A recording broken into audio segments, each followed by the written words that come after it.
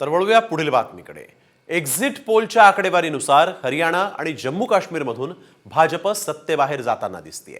दोन्ही राज्यातल्या विधानसभा निवडणुकीत काँग्रेस बाजी मारताना दिसत आहे आणि या निवडणुकीचा महाराष्ट्रातल्या विधानसभा निवडणुकीवर काय परिणाम होणार आहे जाणून घेऊयात या स्पेशल रिपोर्टमधून। हरियाणा जम्मूनं वाढवलं महायुतीचं टेन्शन।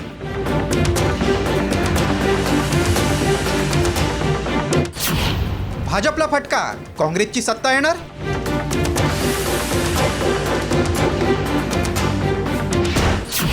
महाराष्ट्रातल्या निवडणुकीवर परिणाम होणार।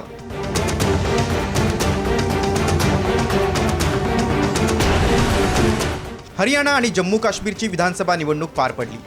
या निवडणुकीचा निकाल 8 ऑक्टोबरला लागणार आहे। तत्पूर्वी एक्झिट पोलच्या आकडेवारीनुसार हरियाणा आणि जम्मू काश्मीरमध्ये भाजप सत्तेबाहेर जात काँग्रेस बाजी मारताना दिसत आहे। जम्मू काश्मीरमध्ये नॅशनल कॉन्फरन्स आणि काँग्रेसनं युती करून निवडणूक लढवली आहे, तर मेहबूबा मुफ्ती यांचा पीडीपी आणि भाजप स्वबळावर लढलेत। मात्र यावेळी इंजिनियर रशीद यांचा अवामी इत्तेहाद पक्ष महत्त्वाची भूमिका बजावू शकतो। जम्मू काश्मीरमध्ये सरकार स्थापन करण्यासाठी 46 हा बहुमताचा आकडा गाठणं महत्त्वाचं आहे। साम टीव्हीच्या पोलनुसार जम्मू काश्मीरमध्ये भाजप 26, काँग्रेस 44, पीडीपी आणि इतर पक्षांना 20 जागा मिळतील असा अंदाज आहे। हरियाणात गेल्या 10 वर्षांपासून भाजप सत्तेत होती, मात्र सत्तांतर होऊन काँग्रेसला संधी मिळण्याचा अंदाज आहे।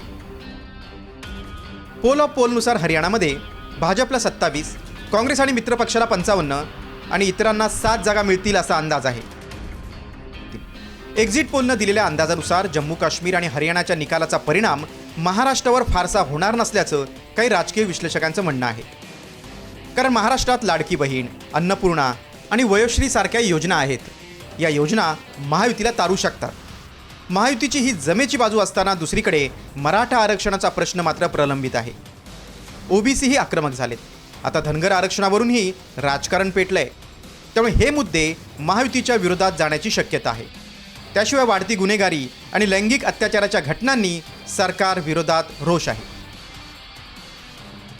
मवी आणि महायुतीत संघर्ष असताना मनसे आणि तिसऱ्या आघाडीचीही एंट्री झाली आहे। त्यामुळे राज्यात मोठा राजकीय संघर्ष पाहायला मिळतोय। राहुल गांधी आणि मोदी शहा महाराष्ट्र जिंकण्यासाठी कसोशीनं प्रयत्न करतायत। महाराष्ट्र विधानसभेची निवडणूक राजकारणाला नवी दिशा देणारी असणार आहे, एवढं मात्र नक्की। ब्युरो रिपोर्ट, साम टीव्ही न्यूज।